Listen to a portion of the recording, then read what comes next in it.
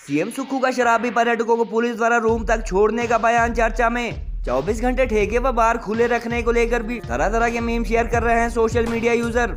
मुख्यमंत्री के अनुसार सरकार की कमाई बढ़ाने के लिए पर्यटकों को ऐसी सुविधाएं दे रही है सरकार। विंटर कार्निवाल में सीएम बोले 5 जनवरी तक दिन रात खुली रह सकती है दुकानें। कुछ अर्सा पहले सीएम के करीबी कहलाने वाले इंडस्ट्रीज मिनिस्टर भी कह चुके हैं शराब से प्रदेश सरकार द्वारा पिछली गवर्नमेंट के मुकाबले 40% ज्यादा कमाई की बात।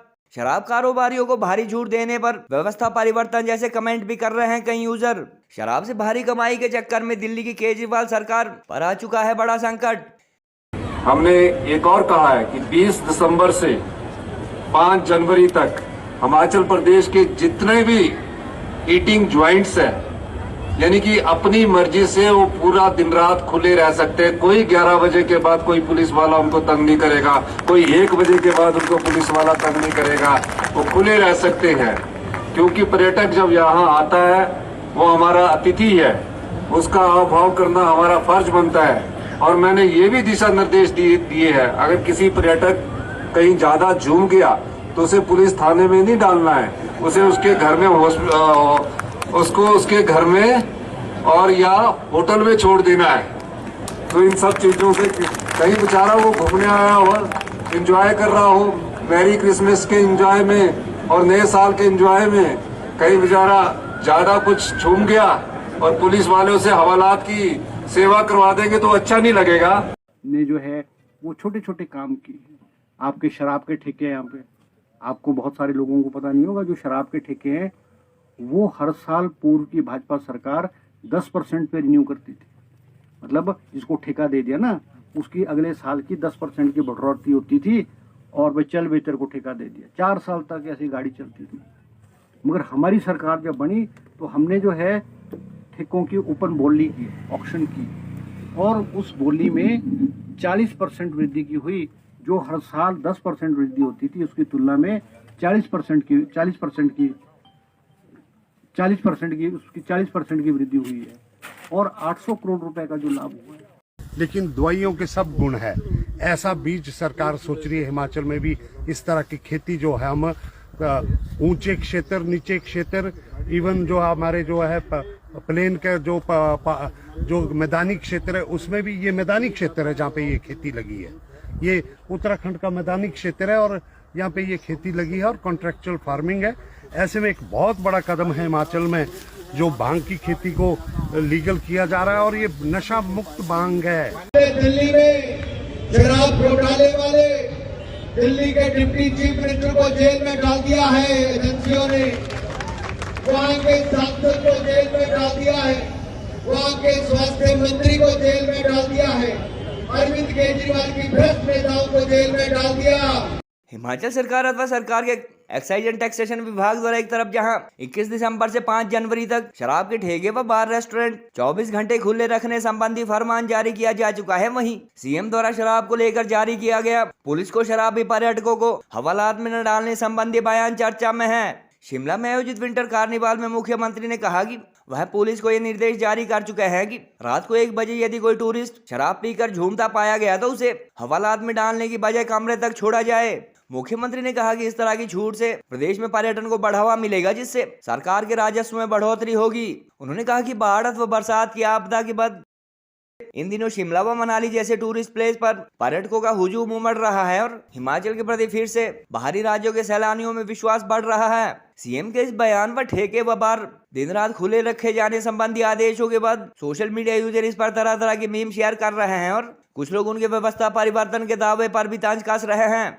गौरतलब है कि कुछ अर्सा पहले सीएम के करीबी कहलाने वाले इंडस्ट्रीज मिनिस्टर हर्षवर्धन चौहान भी शराब बेचने से सरकार की भारी भरकम कमाई होने की बात कह चुके हैं और पिछली सरकार के मुकाबले 40% ज्यादा अथवा 800 करोड़ तक का रेवेन्यू जनरेट होने का दावा उन्होंने किया था। सोशल मीडिया पर चर्चा इस बात की भी शुरू हो चुकी है कि इससे पहले दिल्ली की केजरीवाल सरकार भी एक के साथ एक बोतल फ्री देने जैसी योजना अथवा शराब कारोबारियों को भारी भरकम छूट देने से मुसीबत में आ चुकी है और मंत्री जेल की दहलीज तक पहुंच चुके हैं। देवभूमि हिमाचल के युवाओं को नशे के दलदल से बचाने के बड़े बड़े दावे करने वाली वर्तमान प्रदेश सरकार इससे पहले मादक द्रव्य भांग की खेती को लीगलाइज करने की प्रक्रिया भी शुरू कर चुकी है।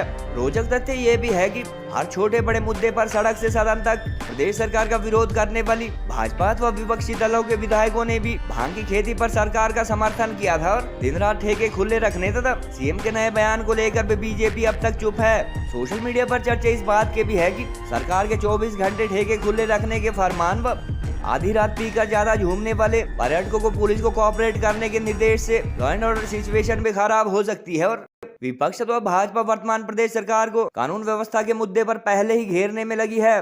गौरतलब है कि इससे पहले पंजाब व कुछ अन्य राज्यों के पर्यटकों द्वारा पीकर हुड़दंग मचाए जाने के कई मामले मनाली व शिमला में सामने आ चुके हैं और सीएम के नए निर्देश पुलिस के लिए भी लॉ एंड ऑर्डर मेंटेन करने में बड़ी चुनौती समझे जा रहे हैं। 5 जनवरी तक इस कार्निवल का शुभारंभ हो रहा है और भविष्य में भी इसी प्रकार का कार्निवल आगे भी होता रहेगा। मैं कुछ बातें आपके साथ कहना चाहता हूं। अभी उत्सव का माहौल है, सबको क्रिसमस की बहुत बहुत शुभकामनाएं और नए साल की बहुत बहुत शुभकामनाएं। आज मुझे खुशी है कि पूरे हिमाचल प्रदेश में जितने भी टूरिस्ट आए हैं उनके स्वागत के लिए हिमाचल प्रदेश तैयार खड़ा है। मैं अभी मनाली की रिपोर्ट ले रहा था, धर्मशाला की रिपोर्ट ले रहा था, कसौली की रिपोर्ट ले रहा था, शिमला की रिपोर्ट ले रहा था। तकरीबन 30,000 के करीब बाहर से भारी नंबर की गाड़ियां प्रदेश में प्रवेश कर चुकी है।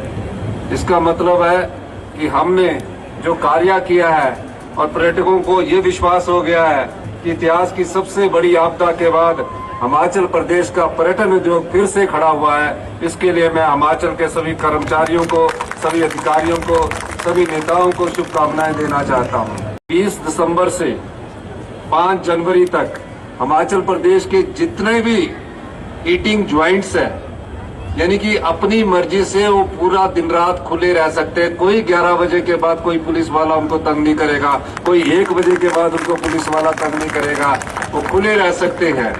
क्योंकि पर्यटक जब यहाँ आता है वो हमारा अतिथि है, उसका अभाव करना हमारा फर्ज बनता है। और मैंने ये भी दिशा निर्देश दिए हैं, अगर किसी पर्यटक कहीं ज्यादा झूम गया तो उसे पुलिस थाने में नहीं डालना है, उसे उसके घर में उसको उसके घर में और या होटल में छोड़ देना है।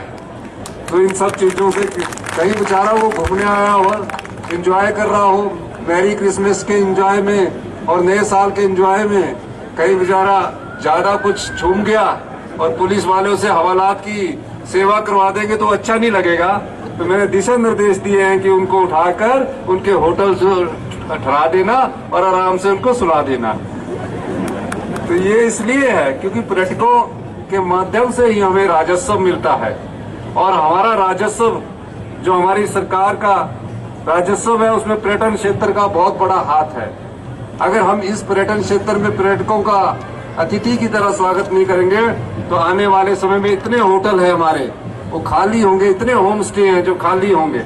इस दिशा से हम इसमें पर्यटन को बढ़ावा देने के लिए कार्य कर रहे हैं।